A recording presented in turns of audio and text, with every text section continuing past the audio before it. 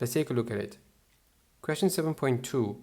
The table below shows aqueous solutions of different substances, each of concentration 1 mole per dm cubed at room temperature.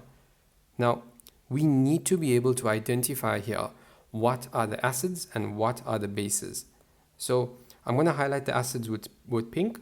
HNO3 is an acid, H2SO4 is an acid, those two aren't. COOH2 is an acid.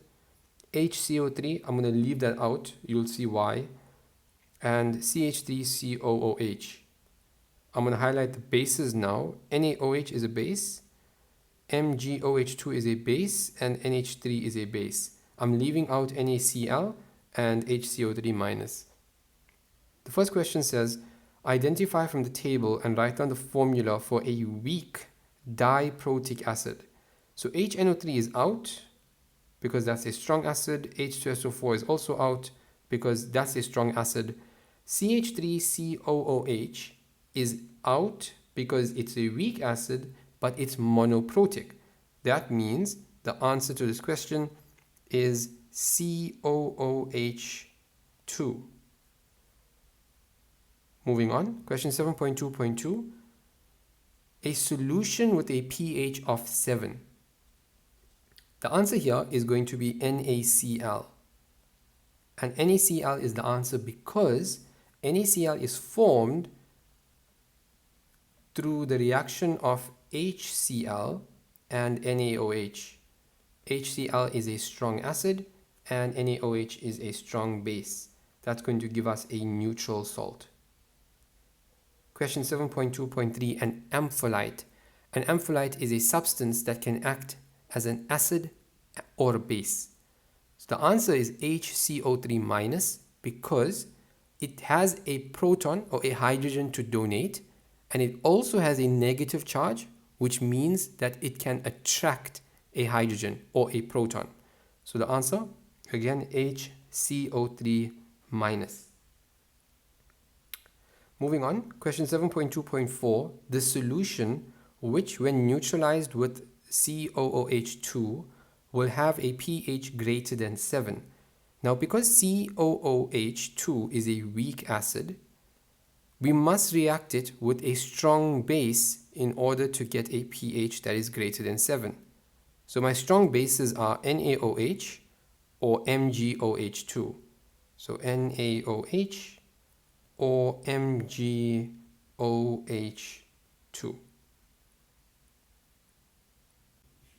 Question 7.3 reads, an unknown acid HXY is investigated. During a titration 23,64 cm cubed of a 0.11 mole per dm cubed HXY solution neutralizes 20 cm cubed of a 0.26 mole per dm cubed NaOH solution. Calculate the value of X. Hence, write down the balanced equation for this reaction. So I'm going to use a different color. And because this is a titration, I'm going to use the titration formula. So CAVA divided by CBVB is going to equal Na over Nb. Now the concentration of the acid is 0.11. The volume of the acid is 23,64 divided by the concentration of the base is 0,26. The volume of the base is 20. And that's equal to, now since we don't have the balanced equation, let's just leave this as Na over Nb. Now when we put this left hand side into our calculator, we get a value of 0.5. Now we can rewrite 0.5 as a fraction. So that's basically half. So 1 over 2 is equal to Na over Nb.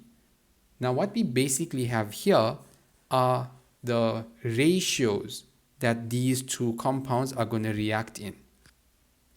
So from here, we can write out a reaction. So the reaction is going to be incomplete, but we can start to fill in a bit of information. So we know HXY is going to react with NaOH. Now the ratio is 1 to 2. So I'm going to leave out the 1 in front of the HXY. I'm simply going to put a 2 here. And I know that when an acid reacts with a base, I'm going to get a salt and I'm going to get water. So the salt is going to be the cation from the base, so essentially this, and the anion from the acid, so this. So we're going to have Na, but because we have two Nas on the left, I'm going to put a 2 here, and I'm going to have Y. So this is going to be my salt. And an acid plus a base gives you salt plus water. So plus H2O. Now, if we look at the left-hand side, we have two OHs, which means we're going to have two waters forming. So 2 waters. Now, if I looked on my left-hand side, I have 2 times 2, I have 4 hydrogens. Already here, I have 2 hydrogens. That means this X must equal 2. Question 7.4. In an experiment, 1.5 grams of a powdered impure calcium carbonate sample is reacted with 200 centimeters cubed of a 0.15 mole per dm cubed HCl solution. The equation is given.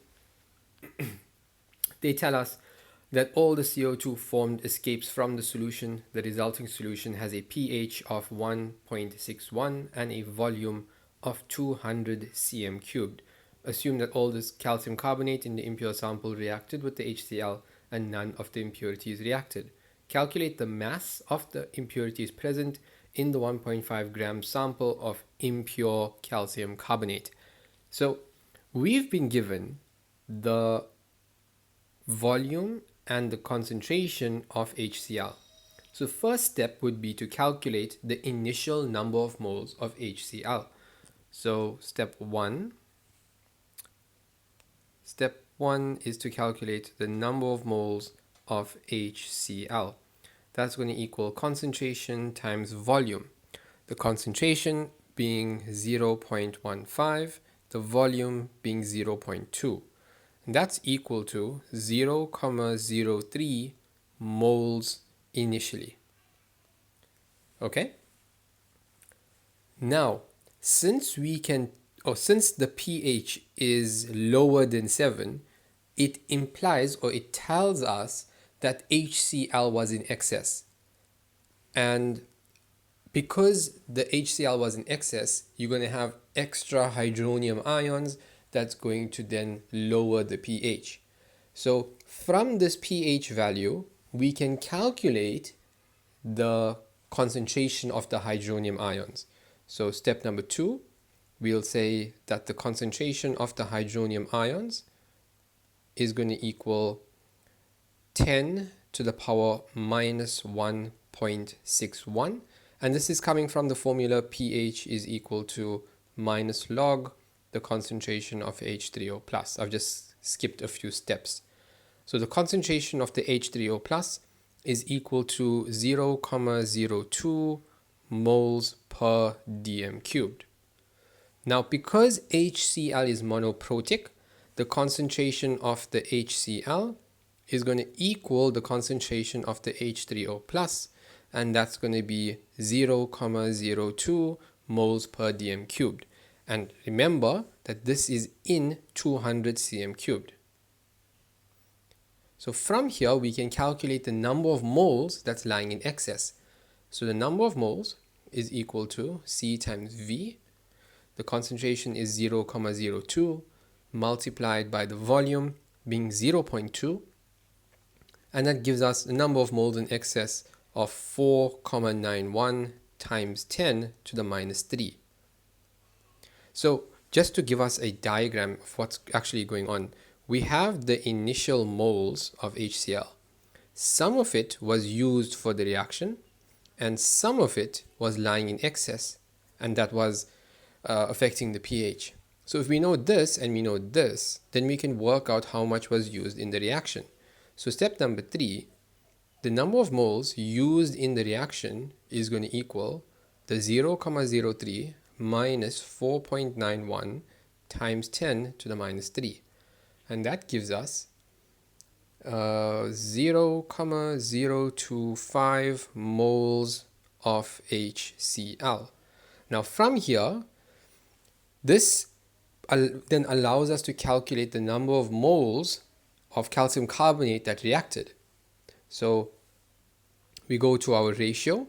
The ratio between HCl and calcium carbonate is HCl, so 2 to 1. So 2 to 1. If this is 0,025, then this is going to be half of that. It's going to be 0,0125 moles of calcium carbonate that reacted. Now from here we can calculate the mass. So the mass of calcium carbonate is going to equal the number of moles times the molar mass. So 0,0125 multiplied by the molar mass of calcium carbonate being 100, and that's equal to 1,25 grams. And this is pure calcium carbonate. So from here I can work out the impure. The mass that's impure is simply going to be 1,5 minus the 1,25, which is equal to 0,25 grams of impurities. And that's it. Thanks so much for watching.